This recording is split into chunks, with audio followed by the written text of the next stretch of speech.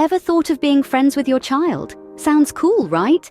But should you really? You might be thinking, why not? We'd share laughs, secrets, and maybe even clothes. It's a tempting thought, isn't it? The camaraderie, the bonding. It all seems so picture perfect, like a scene straight out of a heartwarming movie. But as we dive deeper, you might rethink this whole friendship with your child idea. Imagine a world where parents and children are best friends. Sounds like a fun sitcom, doesn't it? Well, let's paint that picture. Picture this. Saturday mornings are for pancakes and giggles, not chores or homework. Your home is a constant whirlwind of laughter, filled with impromptu dance-offs and movie marathons. Your child confides in you about their first crush. You share a popcorn tub, not just on movie nights, but while discussing the perplexities of teenage life. The lines between parent and friend blur, and you become their confidant, their partner in crime, their fellow adventurer. You're the cool parent, the one all their friends wish they had. It's a world of secret handshakes, shared jokes, and endless fun. A world where boundaries seem unnecessary, discipline feels outdated, and freedom reigns supreme. Now, let's flip the coin and explore the other side of this seemingly perfect world. In this best friends world, where do the lines of responsibility, authority, and discipline blur? Now, that's a question worth pondering. You see, when parents and children become pals, it's not all sunshine and rainbows. Let's delve into the hidden pitfalls of this scenario. Imagine a world where every kid is their parent's best buddy. Sounds delightful, right? But here's the catch. When parents morph into friends, the crystal-clear boundaries of respect and authority start to get hazy. Picture this. Your child has broken a vase, a costly one at that. As a friend, you might laugh it off, but as a parent, wouldn't you want to teach them to be more careful? And then, there's the discipline factor. It's a slippery slope when you're both the best buddy and the rule setter. It's like being a fun-loving genie who also needs to play the tough taskmaster. How do you set a bedtime for your best friend or ask them to finish their veggies? In the best friends world, these simple tasks can become complex negotiations. Now, consider the issue of privacy. Every great friendship thrives on sharing secrets, right? But how much is too much when it comes to parent-child bonding? From sharing your office gossip to hearing about their schoolyard crushes, the line between suitable and inappropriate becomes blurred. And let's not forget about the emotional burden. In a typical friendship, both parties share their worries and fears. But when a parent becomes a confidant, the child might feel burdened with problems they are not equipped to handle. Instead of worrying about their next math test, they might start stressing over mortgage payments and job security. So, you see, this best friends world isn't as perfect as it initially seemed. The line between being a parent and a friend is delicate, and crossing it can lead to unforeseen complications. But fear not. In the following scenes, we will dive into expert opinions and explore how to strike the perfect balance. Don't just take my word for it. Let's see what the experts have to say. It's time to dive into the wisdom of those who have dedicated their lives to understanding the complexities of child psychology and parenting. Dr. Fran Wolfish, a renowned family and child psychotherapist, has an interesting perspective on this matter. She explains that when parents attempt to be friends with their children, they are often trying to fulfill an unmet need from their own childhood. It might feel good in the moment, but in the long run, it doesn't serve the child's best interests. Then we have Professor E. Mark Cummings, who has spent decades researching the effects of parenting styles on children. He points out that children need structure, guidance, and boundaries, which, let's be honest, friends don't typically provide. And it's not just about the here and now.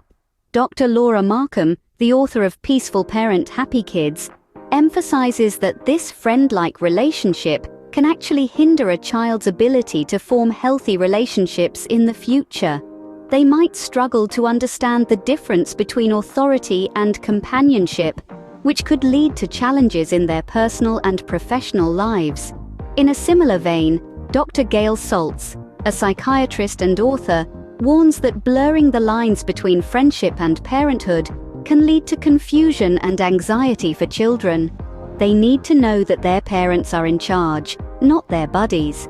From a broader perspective, The American Academy of Pediatrics has stated that while it's essential for parents to build strong, loving relationships with their children, these relationships should be parental, not peer-based. They stress that children need parents who can provide guidance and set appropriate boundaries, not friends who might shy away from these responsibilities. And lastly, the renowned child psychologist, Dr. David Anderson, sums it up succinctly. He says, "Your child doesn't need a friend, they need a parent." With such compelling evidence, it's hard to argue with the experts. But don't despair, it's not all doom and gloom. The key lies in balance. Let's take a moment to talk about balance. Not the kind you need to ride a bicycle or to walk on a tightrope, but the sort that's crucial in the complex dance of parenting. The balance between being a parent and a friend to your child.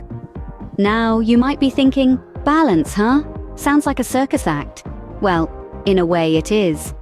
You're juggling responsibilities, emotions, and roles. But it's less about the perfect act and more about the harmony in the chaos. So how do you strike that balance? First, remember that you're a parent first. Your role is to guide, protect, and provide for your child. And yes, that sometimes means being the bad guy who sets boundaries and enforces rules. It's not the most fun part of the job, but it's necessary for your child's growth and development. Secondly, be open and approachable. Encourage your child to share their thoughts and feelings with you. Show them that while you're the authority, you also value their perspective. This builds trust, fostering a bond that's more than just parent and child, but also friends. Thirdly, practice empathy. Remember what it was like to be their age. The confusion, the curiosity, the whirlwind emotions. Use that to understand their world. This doesn't mean condoning bad behavior, but rather understanding the why behind it. Lastly, let them make mistakes. It's tempting to swoop in and save the day, but remember, failures are the stepping stones to success. Let them stumble, fall, and learn to pick themselves up. This will help them grow resilient and independent. Striking this balance is not about being perfect. It's about being human and recognizing that your child is a human too, with their own thoughts, feelings, and experiences. It's about guiding them, supporting them, but also giving them the space to grow into their own person. Achieving this balance is the true art of parenting. So, should you be friends with your child? The answer is not a simple yes or no. As we've journeyed through this conversation together, we've unveiled a complex tapestry of thoughts and considerations. We began by asking the unconventional question, pushing the boundaries of traditional parenting roles. The story then unfolded, revealing the hidden pitfalls of blurring the lines between parenthood and friendship. Expert opinions chimed in, echoing the need for boundaries and respect. Now, as we round the bend on this discussion, one truth stands tall in the landscape of our dialogue: balance. Balance is not a destination, but a journey, an ongoing process in the parent-child relationship. It's like a dance, sometimes stepping forward, sometimes stepping back, always moving, always adjusting. Let's recall the key points we've covered. The desire to be your child's friend often stems from good intentions. You want to be approachable, you want to foster open communication, you want to understand their world. These are commendable goals. However, it's crucial to remember that your role as a parent is not to be their peer, but their protector, their mentor, their guide.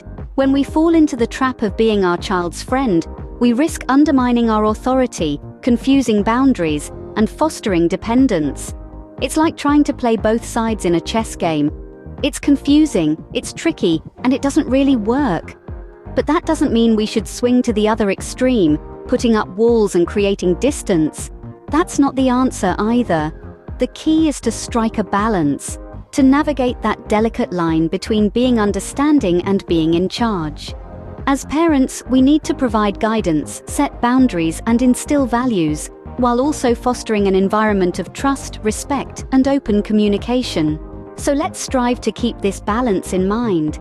Let's cultivate relationships with our children that are rooted in love, respect, and guidance. Let's remember that our role as parents is not to be their friend, but to be their mentor, their protector, their guide. As we close this chapter, Let's keep the conversation going. Parenting is a journey, a learning process, a dance. And just like any dance, it takes practice, it takes patience, and it takes grace. Remember, it's not about being your child's friend, but about being their guide, their support, and their parent. Stay tuned for more, and don't forget to like and subscribe.